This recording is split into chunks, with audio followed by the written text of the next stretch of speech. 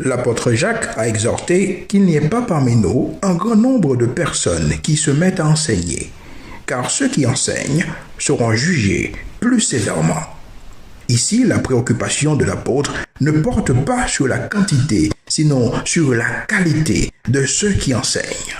Peut-être me diriez-vous que votre pasteur a étudié la théologie. Il a passé 4 ans dans un séminaire d'école biblique, où il a fait une maîtrise, où il a obtenu un doctorat en théologie. Formidable. Mais quelle est la motivation de votre pasteur? Quel est le but de son ministère? Quel est le degré de sa sensibilité spirituelle? Ces questions ne se résolvent pas seulement sur la base des exercices religieux, car les pasteurs apostates et hypocrites sont pour la plupart les plus zélés et les plus éloquents.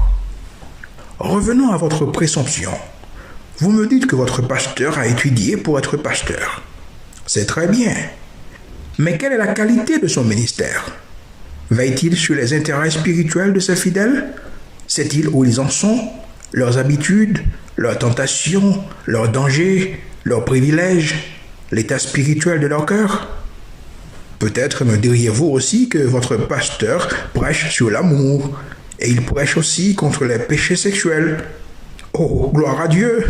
Mais que dites-vous de la cupidité, l'amour de l'argent, l'insatisfaction, l'hypocrisie, la ruse et la malhonnêteté dans leur rapport avec l'argent? Le matérialisme, l'orgueil de la vie, c'est-à-dire on est occupé de la manière dont on paraît aux yeux des hommes. Ces péchés sont aussi abominables aux yeux de Dieu que des péchés sexuels, tels l'adultère, la fornication, la masturbation, etc. Par ailleurs, les pasteurs devraient avoir pour but d'être un modèle de perfection, de sainteté et de piété. Quand le pasteur demande à ses fidèles d'obéir aux commandements de Dieu, il doit être le premier à être pieux. Qu'est-ce que la piété, sinon un amour sans limite pour Dieu et une intention ou une disposition suprême du cœur à obéir à Dieu? Tu aimeras Dieu de tout ton cœur, de toute ta force et de toute ton âme. Autrement dit, le pasteur, aussi bien que le fidèle, sont tenus d'être aussi saints que Dieu est saint.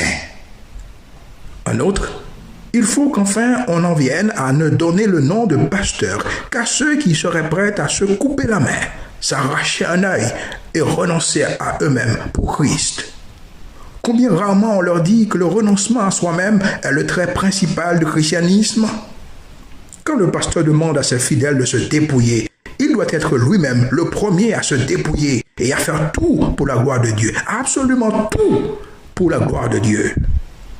Aujourd'hui, pourtant, les pasteurs ont converti les concepts de dîmes et des offrandes en un fardeau pour leurs fidèles. Ils sont désespérés de réunir le plus d'argent possible, car ils veulent vivre au-dessus de leurs moyens, voyager en première classe, posséder la voiture de l'année et satisfaire leur goût mondain. Comment est-ce que de tels pasteurs, avec une telle attitude, peuvent-ils être remplis du Saint-Esprit? Leur attitude à l'égard des biens terrestres est un obstacle pour la conversion des autres, car ils sont trop intéressés et ils aiment trop l'argent. Ces pasteurs sont comme des cymbales qui retentissent et n'ont donc aucune puissance. C'est pourquoi les églises actuelles sont si remplies de religieux hypocrites, car les pasteurs qui les nourrissent sont eux-mêmes des hypocrites et ils aiment trop l'argent. L'amour de l'argent est définitivement la racine de tous les maux.